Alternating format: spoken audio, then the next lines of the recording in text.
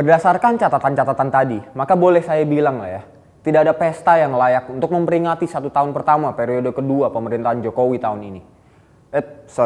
Jokowi Ma'ruf. Maaf, saya lupa.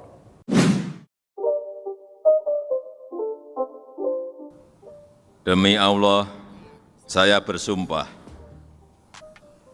akan memenuhi kewajiban Presiden Republik Indonesia dengan sebaik-baiknya dan seadil-adilnya.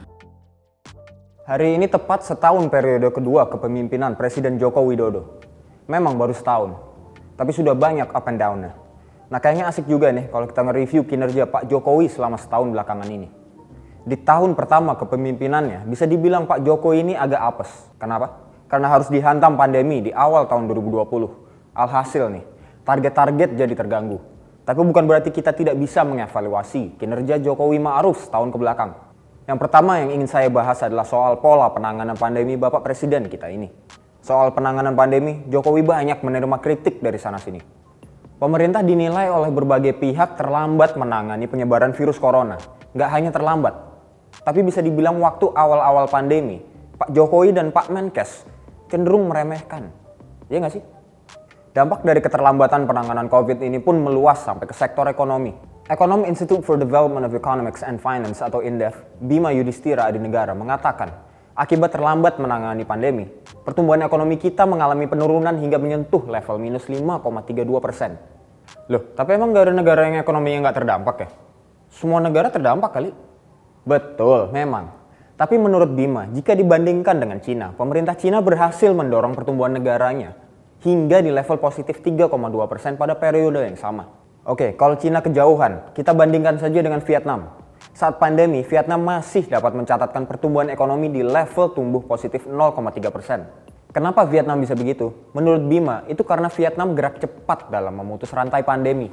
Yang kedua, Bima memandang langkah pemerintah dalam menyusun stimulus pemulihan ekonomi nasional untuk menghadapi resesi pun relatif nggak terlalu optimal. Stimulusnya hanya 4,2% dari produk domestik bruto atau PDB. Angka ini lebih kecil dibandingkan dengan Malaysia yang mencapai 20,8% dan Singapura yang menyentuh 13%. Dan yang ketiga, Bima menyayangkan rendahnya alokasi anggaran untuk stimulus kesehatan yang porsinya hanya sekitar 12% dari total dana PEN. Yang keempat, Bima menyebut kegagalan pemerintah dalam menangani pandemi COVID-19 tampak dari terbitan Undang-Undang Cipta Kerja yang perancangan hingga pengesahannya memperoleh penolakan dari koalisi masyarakat dan kelompok buruh. Menurutnya, dorongan yang kuat dari pemerintah untuk menerbitkan beleit dan langkah kilat DPR mengesahkan undang-undang kontraproduktif dengan upaya pemulihan ekonomi. Dan yang kelima, Bima mengkritik sikap pemerintah yang masih mengizinkan tenaga kerja asing asal Cina masuk ke Konawe dan Morowali beberapa waktu lalu di masa pandemi. Masuknya TKA Cina ke Indonesia, menurut Bima, dibuktikan dengan meningkatnya jumlah wisatawan yang tidak wajar di pintu kedatangan bandara setempat, yakni Bandara Internasional Samratulangi Manado. Kejadian tersebut, kata dia, mengindikasikan adanya penyalahgunaan visa. Dari permasalahan ekonomi, kita lanjut bahas soal kemunduran demokrasi di Indonesia. Freedom House, lembaga yang menilai hak politik dan kebebasan sipil secara global, menyatakan skor demokrasi Indonesia hanya sebesar 61 poin, turun dari tahun-tahun sebelumnya. Tren yang sama juga terlihat dari penilaian The Economist Intelligence Unit atau EIU yang menempatkan Indonesia masuk kategori demokrasi yang cacat. Kemunduran demokrasi ini dipicu tekanan keras terhadap kebebasan sipil. Hal ini ditandai dengan banyaknya kekerasan, penangkapan, dan pemidanaan terhadap aktivis, masyarakat adat, serta masyarakat sipil.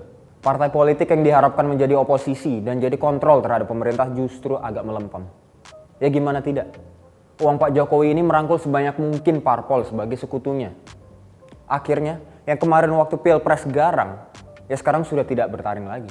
Kebebasan sipil juga mulai menyempit ketika para pengkritik pemerintah dengan mudah dipidanakan dengan Undang-Undang ITE. Nah kalau kita bicara soal HAM nih, Jokowi bisa dibilang agak mundur ya.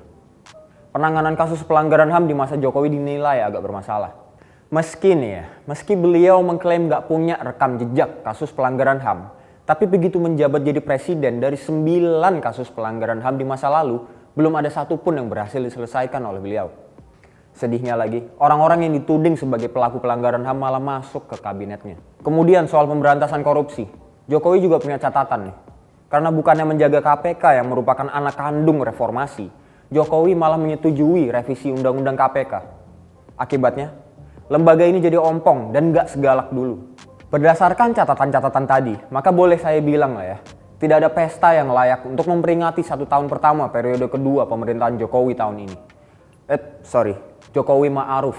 Maaf, saya lupa. Saya Ricky, sampai jumpa di Fokus selanjutnya.